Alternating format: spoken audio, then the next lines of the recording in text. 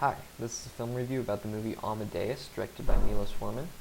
The movie is about the lives and relationships of two famous 18th century composers, Antonio Salieri and Wolfgang Amadeus Mozart. Specifically, it's about how Salieri pretends to be Mozart's friend while constantly backstabbing him at every opportunity. And the entire film is centralized around one question: did Salieri kill Mozart? So, to be perfectly honest, coming into the movie, I didn't expect to like it. A 3-hour movie about Mozart, that just did not sound like my cup of tea. I expected some one-dimensional movie where Mozart would be this nobleman and legendary composer who was well-liked and well-respected, and Salieri would be simply jealous of him. But what I got was a lot better. The movie itself turned out to be truly astounding. Mozart wasn't some one-dimensional character. He was this goofball who tells dirty jokes, and he's really likable, and he has this loud, boisterous laugh.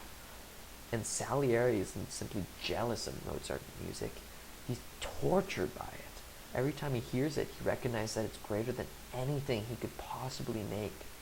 And when Mozart compliments him, you could truly see how much Mozart's opinion means to Salieri. Another aspect about the film that I really enjoyed was how they presented it. They start out the film by showing Salieri in his old age, slowly rotting away in an insane asylum, talking to this priest. And the entire film is made around his memories from his youth and this relationship between him and Mozart. And the film is constantly changing perspective from Salieri in the present, narrating his memories to the priest, and this perspective from the past where we can actually see what's going on. And it was truly a really unique way to display the story, and it really showed Salieri's feelings for Mozart and explained why he tried so hard to backstab him. Of course, it'd be criminal not to talk about the sound of the movie. The entire film is based around Mozart's music, and they use it perfectly to set the mood in every scene. The movie provides a great mix of both diegetic and non-diegetic sounds. I think I'll start off with the diegetic.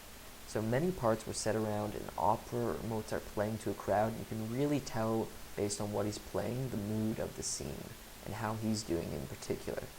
For example, when Mozart is laughing and playing his upbeat, fun melody, he's really happy and all is going well in his world.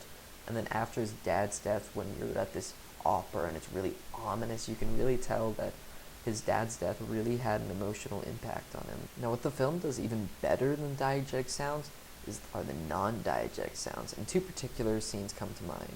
So the first is when Mozart is dictating to Salieri what he wants written down for his final piece, and we can hear both him say out loud what he wants, and then we can hear what the piece sounds like in his head. And it's a really interesting way to actually make the sounds come alive to the viewer. And the other is a little later when Mozart's wife comes in to see Salieri sleeping in her room with Mozart on the other bed across from him. And it starts out with no background sound, which builds up the tension. And then it's not until she actually discovers that Mozart's dead do we actually start to hear this ominous noise, which we think is non-diegetic at first because it's still showing the scene of her with the dead Mozart. But then it quickly flashes to the scene of the funeral, and it's revealed that the ominous music was from the funeral. So Amadeus was a great movie. Thank you very much for listening to the review.